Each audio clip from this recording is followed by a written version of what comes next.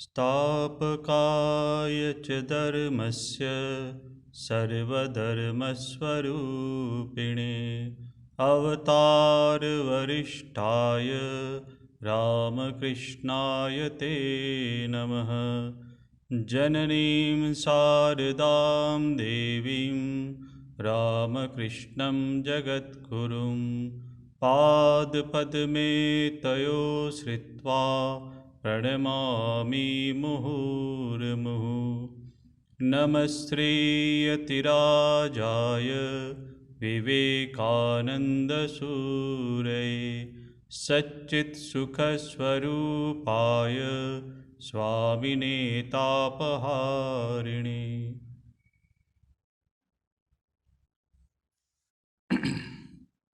अवतार वरिष्ठाय भगवान श्री रामकृष्ण देव की दिव्य लीला, इस विषय पर हम लोग चर्चा कर रहे थे। उसमें हम लोग ने देखा कि श्री रामकृष्ण देव क्या कहते हैं कि ध्यान करते समय आरंभ में खद्योत पुंज की तरह ज्योति बिंदुओं का मुझे दर्शन होता था और कभी कभी पिघली हुई चांदी जैसी उज्जवल ज्योति से सब कुछ परिव्याप्त दिखाई देता था। तो ऐसा दर्शन श्री रामकृष्ण देव को होता था। और प्रथम दर्शन माँ भवतारिणी जगदम्बा जगज्जननी, उनका जब दर्शन किया उन्होंने, उनकी चर्चा हम लोग पहले कर चुके हैं। कैसे कैसे उनके दर्शन हुए, कैसे माँ को गाना सुनाते थे, भजन सुनाते थे। तो अब शारदानंद जी महाराज कह रहे हैं कि ये सब दर्शन जो प्रथम दर्शन हुए, उससे पहले उसके पूजन आदि जो थे उसमें क्या भिन्नता है, और दर्शन होने के बाद कैसे वो पूजन आदि करते थे, उसकी भिन्नता शारदानंद जी महाराज यहाँ बताते हैं। कहते हैं श्री रामकृष्ण देव के इससे पूर्वकालीन तथा इस समय के पूजन दर्शन आदि में भिन्नता। इससे पूर्व ध्यान पूजन आदि करते समय किसी दिन उनको में भगवान श्री रामकृष्ण देव को माँ के कर कमल अथवा कमलोज्वल युगल चरण या सौम्याति सौम्य हास्य विमंडित स्निग्ध मुख चंद्र का दर्शन होता था। पहले सिर्फ ये प्रथम दर्शन होने से पहले, किंतु उस समय ध्यान पूजन काल के अतिरिक्त अन्य समय भी वे देखा करते थे कि क्या देखते थे, सर्वावय वचपन्ना ज्योतिर्मयी मां हंस रही है। माने मां साक्षात हंस रही है।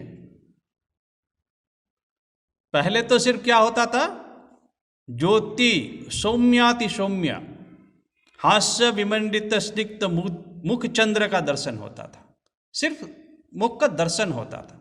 अभी क्या हो रहा है, तो ज्योतिर्मयी मां हंस रही है, बातें कर रही है, तथा इस कार्य को करो उसे न करो, इस प्रकार कहती हुई उनके साथ साथ वे घूम रही है। कि मां भवतारिणी जो है स्वयं रामकृष्ण देव को कह रहे हैं कि इस कार्य को करो और इस कार्य को मत करो, और साथ साथ घूम रही है। वो श्री रामकृष्ण देव को ऐसे दर्शन होते थे प्रथम दर्शन के बाद। फिर क्या कहते हैं, दूसरा प्रसंग, पहले मां को अन्नादि का भोग लगाकर, स्वाभाविक है कि जब पूजा करते हैं तो पूजा के बाद मां को अन्न भोग लगता है, प्रसाद भोग लगता है। उस समय वे देखते थे कि मां के नेत्रों से, अब मूर्ति है दक्षिणेश्वर में मां भवतारिणी की, प्रसाद का भोग जो है वहां रखा हुआ है टेबल के ऊपर, और उस समय जैसे ही भगवान श्री रामकृष्ण देव मंत्र का जाप करके निवेदन करते थे, उस समय मां के नेत्रों से चमकती हुई ज्योति रश्मि, देखिए वो देखते थे कि मां के नेत्रों से कुछ ऐसे प्रकाश की पुंज जो है ज्योति रश्मि निकलकर भोग की वस्तुओं को स्पर्श करती हुई, कि भोग जहां रखा हुआ है वहां मां के नेत्रों से ज्योति निकली और उस भोग को स्पर्श किया। इतनी दूर तक वो रश्मि आई और क्या हुआ, स्पर्श करती हुई उसके सार भाग को लेकर, जो भी अन्न प्रसाद रखा हुआ है अन्न भोग, उसके सार भाग को लेकर पुनः नेत्रों में प्रविष्ट हो रही है। कि कुछ क्षणों के लिए वो रश्मि आई, स्पर्श किया और फिर वो रश्मि जो है वापस श्री मां के नेत्रों में प्रविष्ट हो गई। तो क्या हुआ कि मां ने वो अन्नभोग स्वीकार किया, उसमें अग्रभाग जो है वो मां उसको ग्रहण कर रही है। कैसे? बोले आंख से ज्योतियों के द्वारा।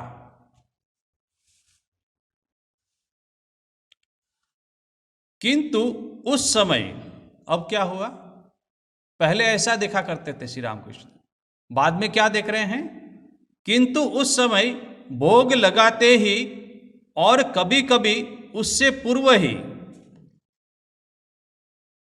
माने भोग जो पूजा का जो पद्धति है उस पद्धति के द्वारा भोग लगाने से पूर्व ही, वो समय आने से पूर्व ही, मां को भोग लगाने से पूर्व ही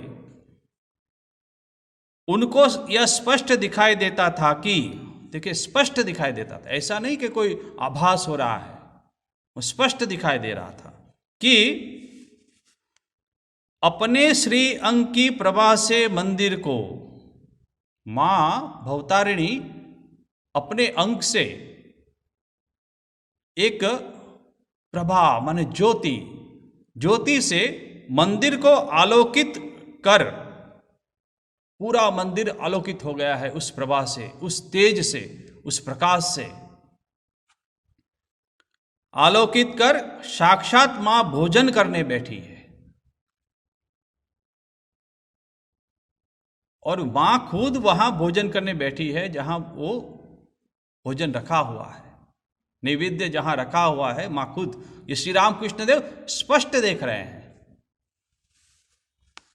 हृदय से हमने सुना है कि, अब देखिए हृदय भी वहां खड़े थे, हृदय भी कह रहे कि हृदय से हमने सुना है कि एक दिन पूजन के समय सहसा वहां उपस्थित होकर, अब हृदय दूसरा काम कर रहा है पूजा का, और उस समय मां का भोग लग रहा हुआ, सहसा वो वहां आ गए हृदय, और उसने देखा कि जगदम्बा के पाद पद्मों में अर्घ्य प्रदान करने के निमित्त, अब ये तो हो गया, भोजन तो साक्षात मां कर रही है, श्री रामकृष्ण देव ने देखा।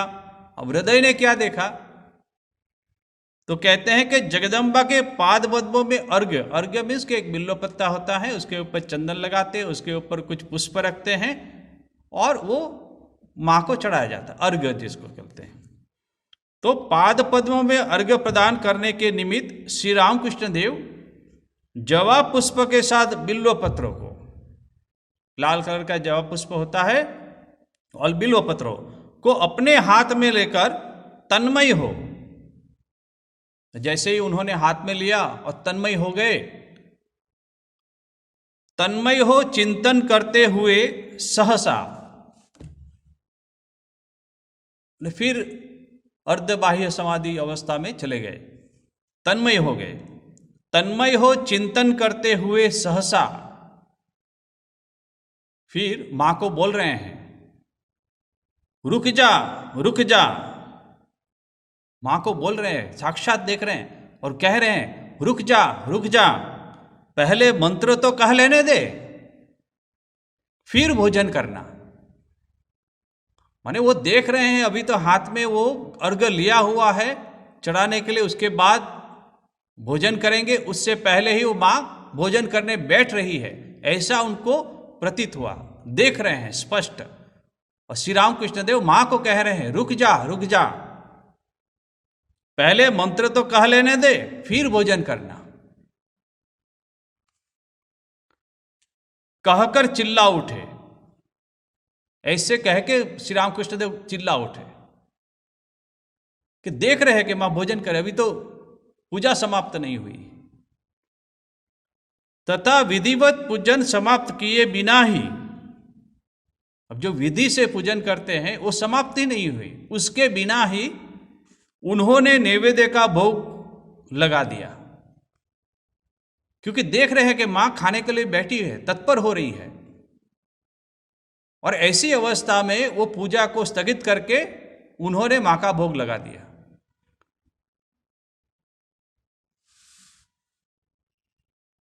ये सब अद्भुत घटनाएं जो हैं, इसलिए स्वामी विवेकानंद ने श्री रामकृष्ण देव को अवतार वरिष्ठाय कहा था कि ऐसी घटना, अलौकिक घटना बहुत ही कम दिखाई में आती है, सुनने में आती है।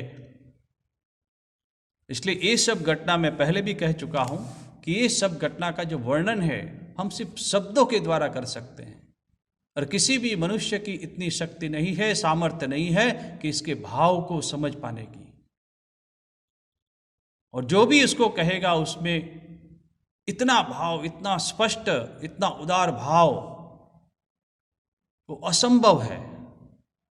बस मनुष्य भक्त अपनी कल्पना शक्ति के द्वारा, अपने चिंतन के द्वारा, अपनी भक्ति के द्वारा वो बस उसका अनुभव करे। बाकी किसी की क्षमता नहीं है कि उसको इसके भाव को समझाने की। हम लोग भी श्रीमद् स्वामी शारदानंद जी महाराज ने जो वर्णन किया है, उसी वर्णन को हम कोशिश करते हैं आपके सामने रखने की। अब भक्त लोग अपने ही भाव के द्वारा इस घटना को समझे और भगवान श्री रामकृष्ण देव के श्री चरणों में भक्ति हो। फिर कहते हैं, पहले ध्यान पूजन आदि करते समय वे यह दिखा करते थे कि उनके सम्मुख स्थित पाषाण मूर्ति में एक जीवित जागृत अनुष्ठान का आविर्भाव हुआ है, किंतु पहले सिर्फ इतना ही देखते थे, आविर्भाव हुआ है कुछ, किंतु अब मंदिर में प्रविष्ट होने पर उन्हें उस पाषाण मूर्ति का दर्शन ही नहीं होता था। तो क्या होता था? वे देखते थे कि जिनकी चेतन सत्ता से समग्र जगत सचेतन बना हुआ है, माने कि मां की चेतन शक्ति से ही समस्त विश्व ब्रह्मांड जो चेतन हुआ है, वे ही चिद्गन मूर्ति धारण कर जिस शक्ति के द्वारा समस्त ब्रह्मांड चेतनवित हुआ है, वो ही बोले इस मूर्ति में चिद्गन मूर्ति धारण कर वरा भयकर सुशोभित हो वहां सर्वदा विराजमान है। कहाँ? दक्षिणेश्वर काली मंदिर में, वो मां भवतारिणी। श्री रामकृष्ण देव कहते थे, अब देखिए, अब दूसरा अनुभव, नाक पर हाथ रखकर मैंने देखा है कि, अब दर्शन तो हो रहे हैं, साक्षात देख भी रहे हैं कि मां भोजन कर रही है, मां ऐसे बातें कर रही है, ये कर वो न कर, रुक जा, पहले तो मंत्र बोलने दे, बाद में भोजन करना, ये सब देख रहे हैं स्पष्ट रूप से श्री रामकृष्ण देव। और फिर क्या देखते हैं? नाक पर हाथ रखकर मैंने देखा है। किसके? मां भवतारिणी की जो मूर्ति है, उस मूर्ति में नाक के वहां पे हाथ रख के श्री रामकृष्ण देव देख रहे हैं। क्या देख रहे हैं? देखा है कि मां वास्तव में श्वास ले रही है। जैसे ही उंगली रखी नाक के पास, तो जैसे श्वास बाहर आने से जैसे स्पंदन होता है उंगलियों में उस वायु का, ठीक वैसा ही स्पंदन श्री रामकृष्ण देव को मां के नाक के पास अपनी उंगली रखते हुए उनको अनुभव हुआ कि मां श्वास ले रही है और प्रश्वास कर रही है।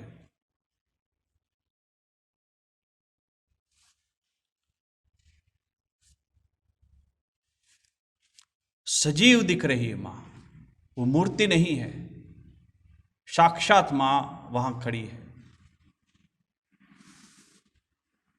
फिर दूसरा अनुभव हुआ, रात में दीपक के प्रकाश में। अब रात हो चुकी है, अब दीपक जल रहा है छोटा सा कहाँ पे, मंदिर में, उसका बहुत ही अल्प प्रकाश है। उसमें दीपक के प्रकाश में अच्छी तरह देखने पर भी, बोले दीपक का प्रकाश है, उसमें अच्छी तरह उन्होंने श्री रामकृष्ण देव को देखा। रामकृष्ण देव ने देखा, क्या देखा? देखने पर भी मुझे कभी भी, बोले कभी भी देव मंदिर में कहीं भी मां के, बोले जो गर्भ मंदिर है उसमें प्रकाश है, अल्प प्रकाश है, उसमें कभी भी मां के दिव्य अंग की छाया नहीं दिखाई दी। आश्चर्य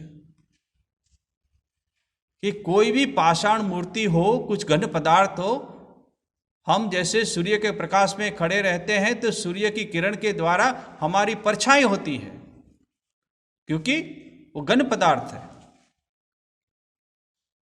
तो वैसे ही मां की मूर्ति जिससे बनी है, उस पत्थर से जो छाया होनी चाहिए, मां का जो शरीर है, तो दिया के चलते उसका पीछे की साइड कहीं भी छाया होनी चाहिए, शैडो। वो शैडो ठाकुर बोलते हैं कि मुझे मां के अंग की छाया नहीं दिखाई दी।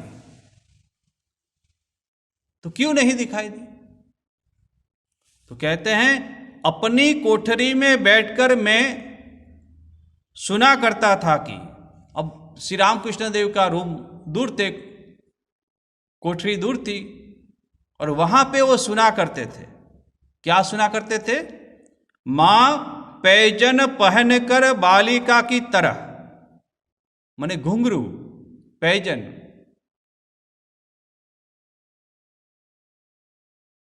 वो बालिका की तरह आनंदित हो,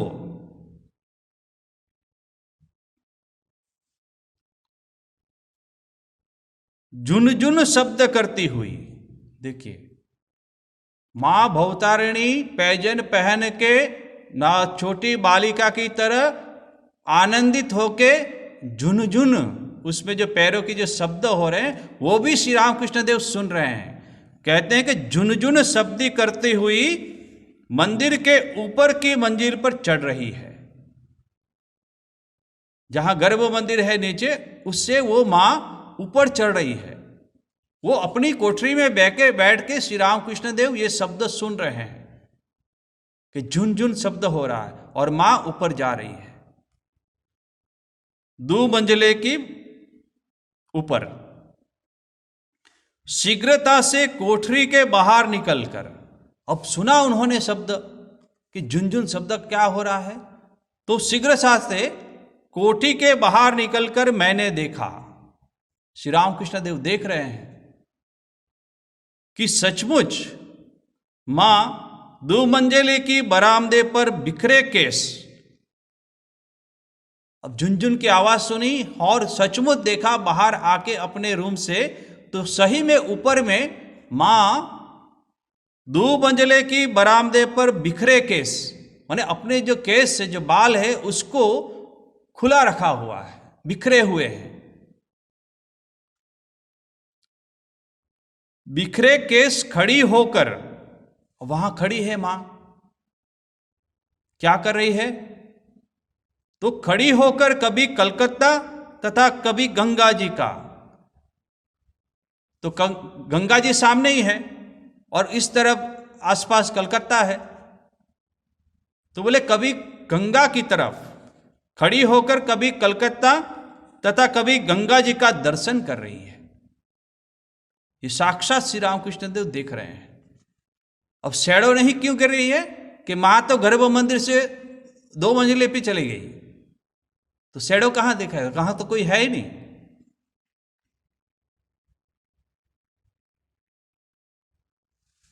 ये श्री रामकृष्ण देव को दर्शन होते थे। तो पहले जो पूजा करते थे और प्रथम दर्शन के बाद ये जो भिन्नता है, वो श्रीमद स्वामी शारदानंद जी यहाँ बता रहे हैं। उस समय श्री रामकृष्ण देव के पूजन आदि के बारे में हृदय क्या कहता है। अब हृदय की बातें सुनिए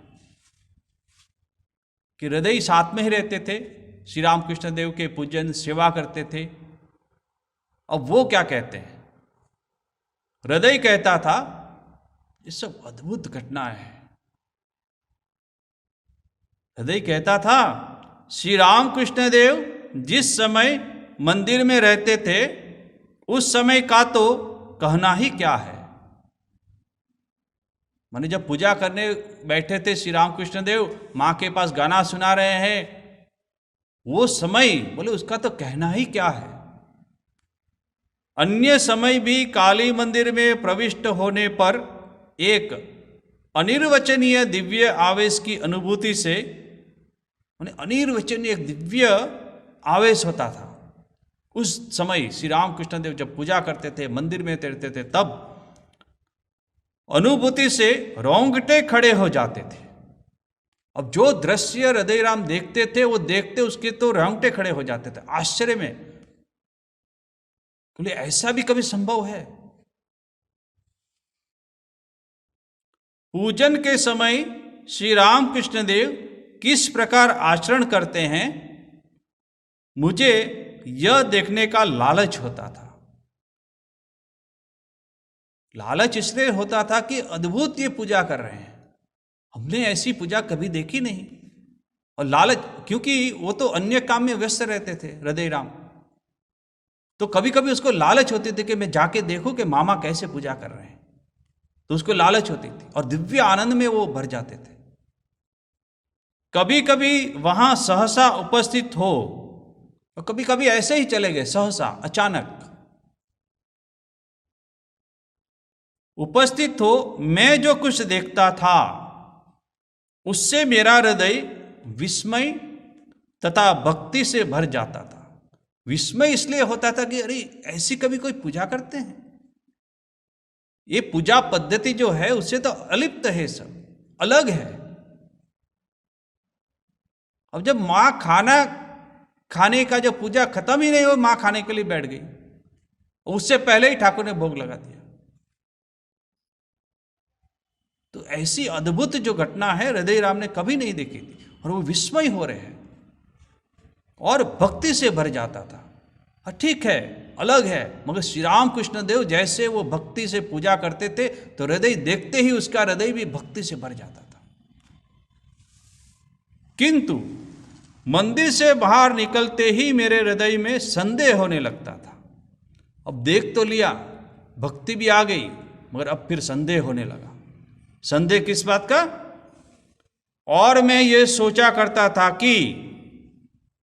अब अलौकिक घटना है, फिर वो सोच रहा था, मैं ये सोचा करता था कि मामा जी क्या वास्तव में पागल हो गए हैं।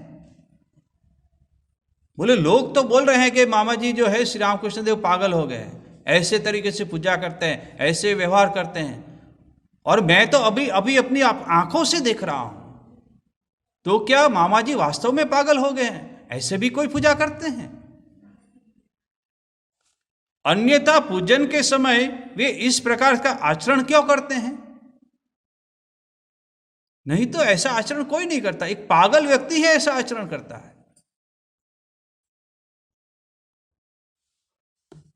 तो उसको संदेह होने लगा कि मामा जी का अब मन स्थिर नहीं है, क्या पागल हो गए हैं? रानी रासमणी तथा मथुर बाबू को इस प्रकार पूजन करने की बात विदित होने पर अब सोच रहे हैं कि यदि रानी रासमणी और मथुर बाबू को यदि ये पता चला कि ऐसे करके श्री रामकृष्ण देव पूजा कर रहे हैं, तो बात विदित होने पर उनके मन में इसकी क्या प्रतिक्रिया होगी, यह सोचकर यदि पता चल गया ये दोनों को, तब क्या प्रतिक्रिया होगी दोनों के मन में, वो सोचकर मैं भी अत्यंत भयभीत हो जाता था कि अब मामा को वो क्या कहेंगे, क्या करेंगे, नौकरी से निकाल देंगे, पूजा उसकी बंद करवा देंगे, कुछ भी मथुर बाबू रानी रासमणी कर सकते थे। और वो चले गए तो हृदय की नौकरी भी खतरे में। तो वो भी डर रहे हैं कब होगा क्या, तो वो भयभीत हो जाता था। किंतु मामा जी के मन में एक बार भी, अब देखिए मामा जी श्री रामकृष्ण देव ये भयभीत हो रहा है देख के, मगर श्री रामकृष्ण देव के मन में तो कभी भी ये विचार उठा नहीं कि मैं ऐसे पूजा कर रहा हूं तो लोग क्या सोचेंगे, रानी रासमणी मथुर बाबू जी क्या सोचेंगे, मुझे क्या दंड देंगे। तो रामकृष्ण देव के मन में ऐसा कुछ भी विचार नहीं आया। मामा जी के मन में एक बार भी यह बात उदित नहीं होती थी, और इस संबंध में कुछ कहने पर भी, अब कभी कभी हृदय राम जी जो है रामकृष्ण देव को टोक देते थे, ऐसा क्यों कर रहे हैं, ऐसा नहीं करना चाहिए, ऐसे कभी बात हो जाती थी। तो कुछ कहने पर भी वे उस और कोई ध्यान नहीं देते थे। श्री रामकृष्ण देव वो हृदय राम की बात के ऊपर कोई ध्यान ही नहीं देते थे। अरे देखो रानी रासमणी पता लग गया तो ये होगा, मथुर बाबू को पता लग गया तो ये होगा, लोग क्या कहेंगे। तो श्री रामकृष्ण देव कोई पता नहीं देते थे इसकी बात का, और कोई ऐसा विचार भी श्री रामकृष्ण देव के मन में नहीं उठता था।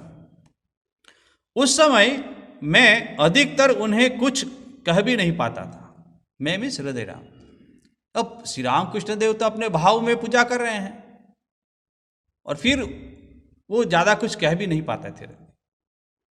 एक प्रकार की अव्यक्त भीति तथा संकोच, भीति भय लग रहा है, संकोच भी लग रहा है मामा को कुछ कहने को। संकोच से मेरा मुंह बंद हो जाता था, क्योंकि दोनों है, विस्मय है, भक्ति है, संदेह है, सब कुछ एक भाव खिचड़ी जैसा हो गया। तो अब क्या करूं? तो फिर मामा को भी कुछ नहीं कहता था, चुप रहता था, मुंह बंद हो जाता था, तथा उसके तथा अपने बीच एक अनिर्वचनीय दूरत्व के व्यवधान का मैं अनुभव करता था। अनिर्वचनीय दूरत्व, अब मामा को कुछ कह भी नहीं पा रहे हैं तो दूरी वो महसूस कर रहे हैं। इसलिए चुपचाप यथासाध्य उनकी सेवा में ही तत्पर रहता था। बोला चुप रहो, अभी जो मामा करे करने दीजिए, और उनकी जितनी सेवा हो मुझसे ज़्यादा वो मैं करूँगा। तो वो मामा की सेवा में व्यस्त रहते थे, तत्पर रहते थे। किंतु मन में यह चिंता होती थी कि कहीं मामा जी किसी दिन, अब फिर भी चिंता रहती थी कि रोज ऐसा कर रहे हैं, अब क्या होगा। तो क्या चिंता होती थी? बोले चिंता होती थी कि कहीं मामा जी किसी दिन कोई कांड ना कर बैठे। कभी तक तो ठीक है, कोई दूसरा कोई बड़ा कांड ना कर बैठे, नहीं तो वो मथुर बाबू रानी उसको नौकरी से निकाल देंगे और भेज देंगे अपने घर, या अन्य कुछ काम देंगे। ये हृदय राम तो समझ नहीं पा रहे। श्री रामकृष्ण देव का जो भाव है वो देख रहा है, सब कुछ हो रहा है, मगर उसके पीछे जो भाव है वो समझ नहीं पा रहे और चिंता कर रहा है। पूजन के समय सहसा मंदिर में पहुंचकर, अब देखिए फिर कभी पूजन के सहसा पहुंच जाते थे, दूसरे काम करते थे, बीच में पहुंच गए। कौन? हृदय राम। पहुंचकर श्री रामकृष्ण देव की जिन चेष्टाओं को देखकर हृदय में, मन में युगपत विस्मय, भय तथा भक्ति का उदय होता था। कितने सारे भाव आते थे, एक तो विस्मय हुआ और भय भी लग रहा है, और भक्ति का उदय भी हो रहा है कि नहीं मामा इतनी सुंदर से पूजा कर रहे हैं, माँ अभी एकदम जागृत हो रही है, वो भक्ति भी हो रही है। फिर संदेह भी हो रहा है कि ये पागल हो गए हैं क्या। कितने सारे भाव उसके हृदय के मन में आ रहे हैं। उस संबंध में उसने हमसे इस प्रकार कहा था। और फिर एक घटना कह रहे हैं हृदय राम। मैं देखता था कि जवा पुष्प के साथ बिल्व पत्र का अर्घ्य, जैसे हमने थोड़ी देर पहले कहा कि माँ का जो अनुभव करने से पहले एक बिल्व पत्र के ऊपर जवा पुष्प लाल रखते हैं, चंदन लगाते हैं, और पूजा से सोने के बाद वो अर्घ्य दिया जाता है, बीच बीच में भी अर्घ्य अर्पण होता है। तो एक बार श्री रामकृष्ण देव ऐसे ही अर्घ्य तैयार करके क्या करते हैं, बिल्वपत्र का अर्घ्य सजाकर मामा जी ने सर्वप्रथम, देखिए अब ये अर्घ्य मां भवतारिणी के लिए बनाया गया था, पूजा के निमित्त, और इसमें लिखा है कि मां भवतारिणी को इसको अर्पण करना है। मगर श्री राम कृष्ण देव क्या कर रहे हैं, मामा जी ने सर्वप्रथम उसके द्वारा, माने उस अर्घ्य के द्वारा, बनाए हुए अर्घ्य के द्वारा अपने मस्तक मां काली को अर्पण नहीं किया, उससे पहले ही वो अपने मस्तक के ऊपर उसको स्पर्श कर रहे हैं। वक्षस्थल, वहां स्पर्श कर रहे हैं, वही अर्घ्य जो मां भवतारिणी को चढ़ाने वाले हैं, अर्पित करने वाले हैं। अपने मस्तक, वक्षस्थल, सर्वांग, पूरे अंग को वो स्पर्श कर रहे हैं अपने ही। यहां तक कि अपने, देखिए यहां तक तो ठीक है बात, हृदय राम खड़े होकर देख रहे हैं कि पूरे अंग को स्पर्श तो कर दिया है, किंतु यहां तक कि अपने पैर पर्यंत स्पर्श कर श्री राम कृष्ण देव ने अपने पैरों को वो अर्घ्य को स्पर्श किया, जो अर्घ्य मां भवतारिणी को अर्पित करने वाले हैं। अपने पैर पर्यंत स्पर्श कर तदंतर उसे, उसके बाद जगदम्बा के पाद पद्मों में अर्पण किया।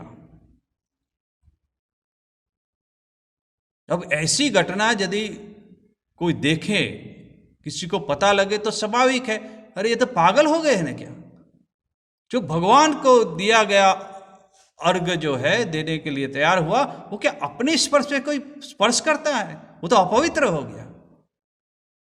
मगर श्री राम कृष्ण देव अपने ही पैरों को स्पर्श करके फिर मां को अर्पण करते हैं। ये हृदय राम स्पष्ट देख रहे हैं। फिर क्या देखते हैं, मैं देखा करता था कि शराब के नशे में मस्त व्यक्ति, माने जिसने मदिरापान किया है, ऐसे व्यक्ति कैसे मस्त हो जाते हैं। मस्त व्यक्ति की तरह उनका वक्षस्थल तथा नेत्र आरक्त हो उठे हैं, माने वो भाव में पूरे नेत्र जो है, रुधिर जो है निम्न से उच्च कर की तरफ बढ़ रहा है, वो रक्त प्रवाह जो ऊपर जा रहा है, तो आंख जो है पूरी लाल हो चुकी है और छाती भी जो है पूरी लाल हो चुकी है, नेत्र आरक्त हो उठे हैं। और उस हालत में हिलते डुलते हुए पूजन के आसन को त्याग कर एकदम भाव समाधि में है। और कैसे, तो बोले कोई ने, किसी ने मदिरापान किया हो, शराब के नशे में जैसे व्यक्ति जिसकी आंखें लाल हो चुकी है, ऐसे डुलते, इधर से उधर हिलते डुलते हुए श्री रामकृष्ण देव पूजन के आसन को, जहां बैठे हैं, जहां पूजन जो कर रहे हैं, उस आसन को त्याग कर कहां जा रहे हैं, सिंहासन पर आरूढ़ हो। उस सिंहासन, मां का जो सिंहासन है उसके ऊपर आरूढ़ हो गए, उसके ऊपर चढ़ गए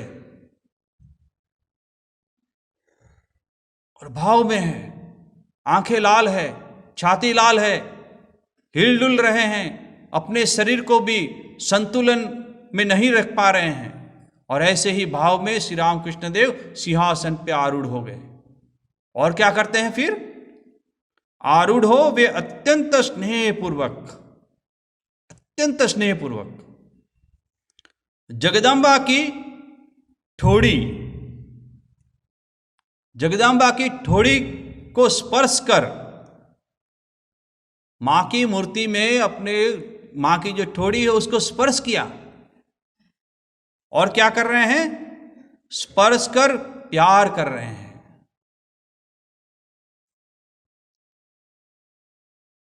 गान, परिहास अथवा बातचीत कर रहे हैं। उसी अवस्था में मां की ठोड़ी को स्पर्श कर, और कैसे एक छोटे बच्चे को हम दुलाल करते हैं, उसको प्यार करते हैं, ठीक वैसे ही श्री रामकृष्ण देव मां जगदम्बा को वहां प्यार कर रहे हैं। और उनके सामने गाना गा रहे हैं, भजन गा रहे हैं, और परिहास माने हास्य विनोद कर रहे हैं मां के साथ, ठोड़ी को पकड़ के, और बातचीत कर रहे हैं मां के साथ, बातचीत कर रहे हैं। साक्षात मां, वो पाषाण मूर्ति नहीं मगर एक साक्षात मां को साथ ऐसे लगे बातचीत कर रहे हैं। अथवा श्री मूर्ति के हाथ पकड़कर, बातचीत तो हो गई, अब उनके हाथ पकड़ लिया मां का, मां भवतारिणी का।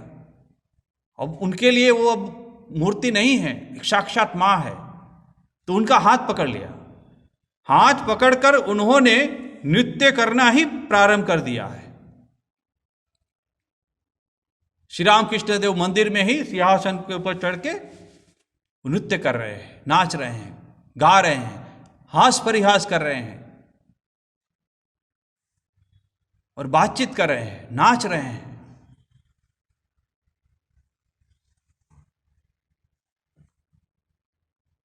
फिर कहते हैं मैं देखता था कि, दूसरी घटना, मैं देखता था कि श्री जगदम्बा को अन्नादि का भोग लगाकर, अब फिर पूजा कर रहे हैं किसी दूसरे दिन, तो अन्नादि का भोग लगा दिया, और क्या करते हैं, भोग लगाकर एकाएक वे खड़े हो गए, एकाएक खड़े हो गए, भाव हुआ खड़े हो गए, तथा थाली से एक ग्रास व्यंजन लेकर,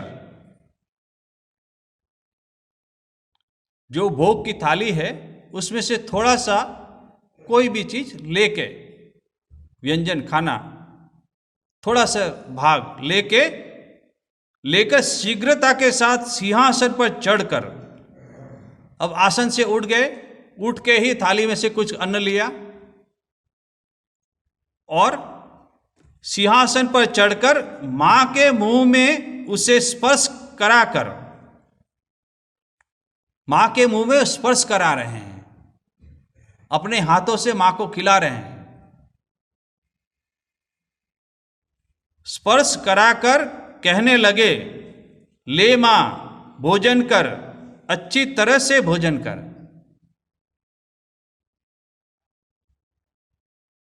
जैसे साक्षात कोई अपने जो मां है, मां अपने छोटे बच्चे को जैसे खाना खिला रही है, और कहते हैं कि ले बेटा खा, बेटा खा, थोड़ा खा ले, बेटा थोड़ा सा खा ले। बेटा नहीं खाता है, जिद करता है, फिर भी माँ उसको मुंह में अन्न देती है, बेटा खा ले। ठीक वैसे ही श्री रामकृष्ण देव माँ जगदम्बा को साक्षात देखते हैं और कहते हैं, ले माँ भोजन कर, अच्छी तरह से भोजन कर। बाद में कभी वे यह कह उठे, अब देखिए मां को खिला रहे हैं, और थोड़ी देर के बाद फिर ठाकुर कहते हैं, मैं भोजन करूं। फिर मां वो कह रही है ठाकुर को, और ठाकुर कह रहे, मैं भोजन करूं क्या पहले? अच्छा, कर रहा हूं।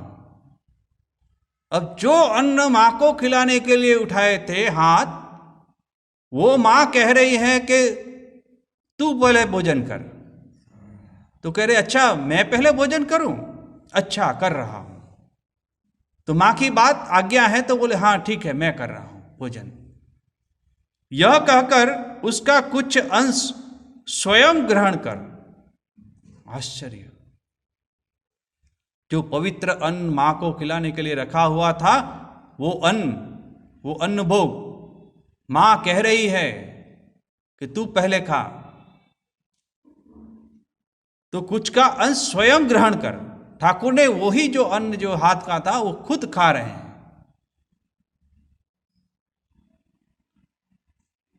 अंश स्वयं ग्रहण करने के पश्चात, अब देखिए ऐसा नहीं कि उन्होंने ग्रहण किया और उसको फिर साइड पे रख दिया। क्या कर रहे हैं? ग्रहण करने के पश्चात बाकी अंश पुनः मां के मुंह में देकर कहने लगे। खुद का जुटा हुआ अन्न, खुद ने जो खाया था, वो फिर मां को खिला रहे हैं। पुनः मां के मुंह में देकर कहने लगे, क्या कहा? मैंने तो खा लिया है। मां को कह रहे हैं मैंने तो खा लिया है, अब तू भोजन कर ले।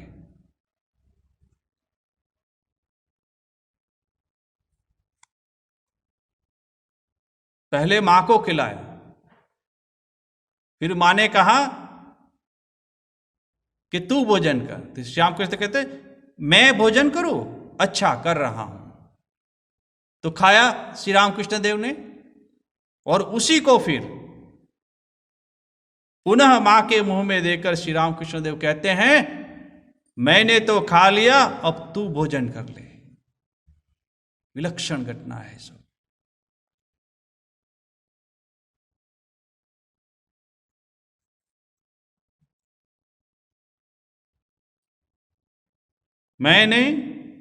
एक दिन मैंने देखा, फिर दूसरी घटना। ये कौन कह रहे हैं? हृदय राम। रोज नई नई घटना हृदय राम देख रहे हैं। एक दिन मैंने देखा कि भोग लगाते समय काली मंदिर में एक बिल्ली को, अब देखिए, अब पूजा कर रहे हैं, अब भोग लगाने का समय हो गया, तो उस समय काली मंदिर में एक बिल्ली को म्याऊं म्याऊं करती हुई देखकर, अब बिल्ली पास में खड़ी है, अब भोग लगाने का समय हो गया, और बिल्ली क्या कर रही है? म्याऊं म्याऊं कर रही है। करती हुई देखकर अब ठाकुर क्या कह रहे हैं? मां भोजन करेगी, भोजन करेगी।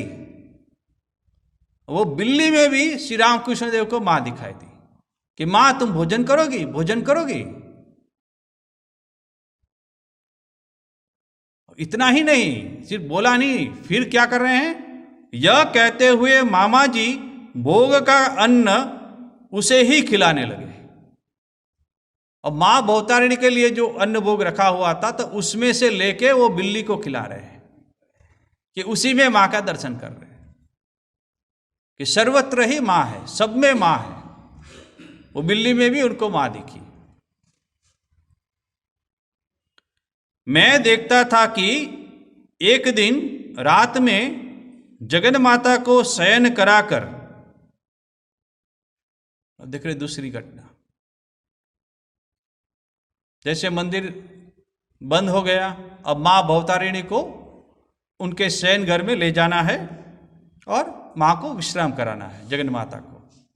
तो रामकृष्ण देव ले गए मां को ऊपर। मैं देखता था कि एक दिन रात में जगन माता को शयन कराकर मुझे अपने पास सोने के लिए कह रही है। अब मां जगदम्बा श्री रामकृष्ण देव को कह रहे हैं कि अपने पास सो जा। फिर रामकृष्ण देव क्या कहते हैं? ओ, तुम मुझे सोने के लिए कह रही है? ओहो, अच्छा अच्छा अच्छा अच्छा। फिर कहते हैं अच्छा, सो रहा हूं। यह कहते हैं मामा जी जगन माता के चांदी के पलंग पर, अब जो मां के लिए जो पलंग बनाया हुआ था शयन के लिए, वो किसका था? चांदी का बना हुआ था। जगन माता के चांदी के पलंग पर कुछ देर तक सो रहे, और श्री रामकृष्ण देव खुद सो गए मां के पलंग के ऊपर। क्यों? मां कह रही है कि तुम सो जाओ थोड़ी देर, और वो पलंग पे जाके सो गए थोड़ी देर के लिए।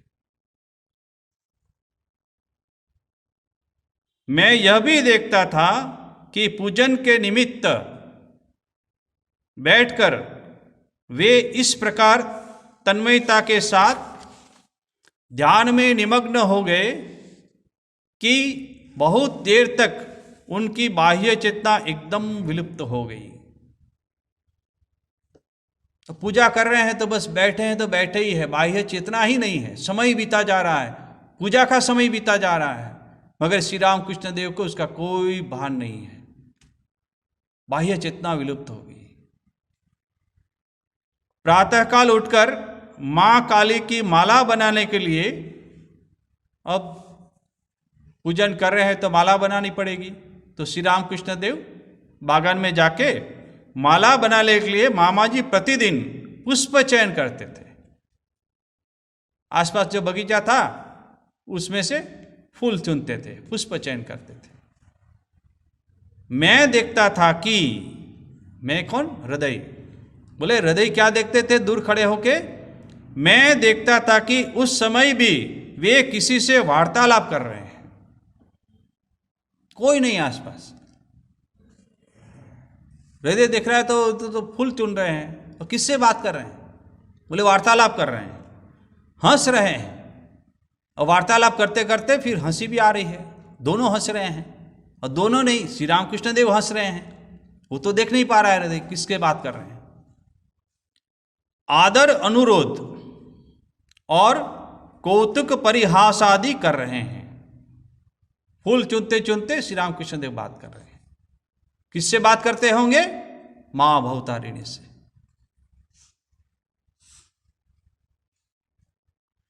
पुनः मैं यह देखता था कि रात में मामा जी बिल्कुल सोते नहीं है।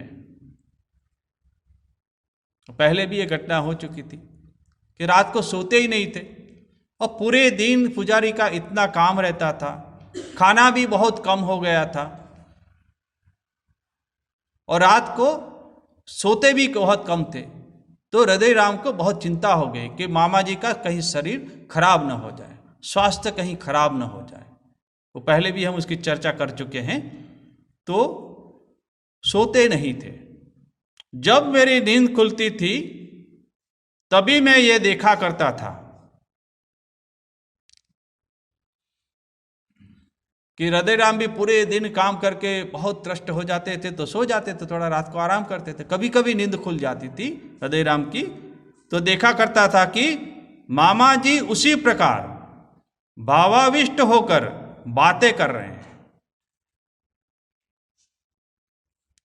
मां से बातें कर रहे हैं, सोते ही नहीं थे। गा रहे हैं, भजन गा रहे हैं, रात को उठ के ताली बजा के भजन गा रहे हैं, अथवा पंचवटी में जाकर ध्यान में निमग्न है।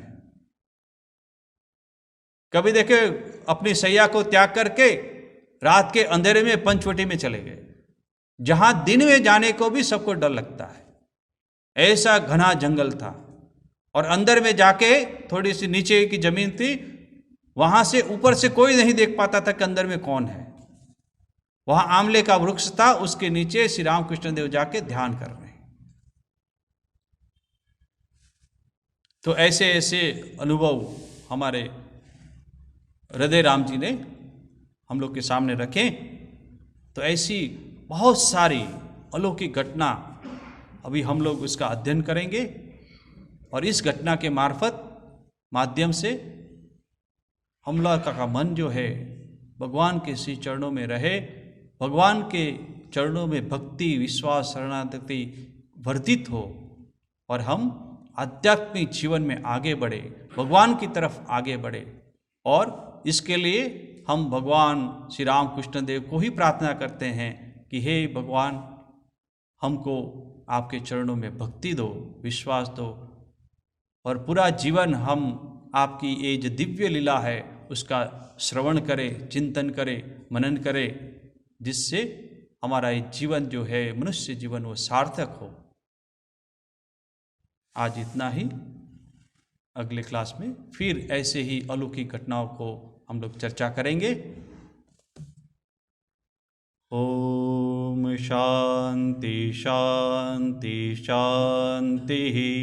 हरि ओम तत्सत्। श्री राम कृष्णार्पणमस्तु।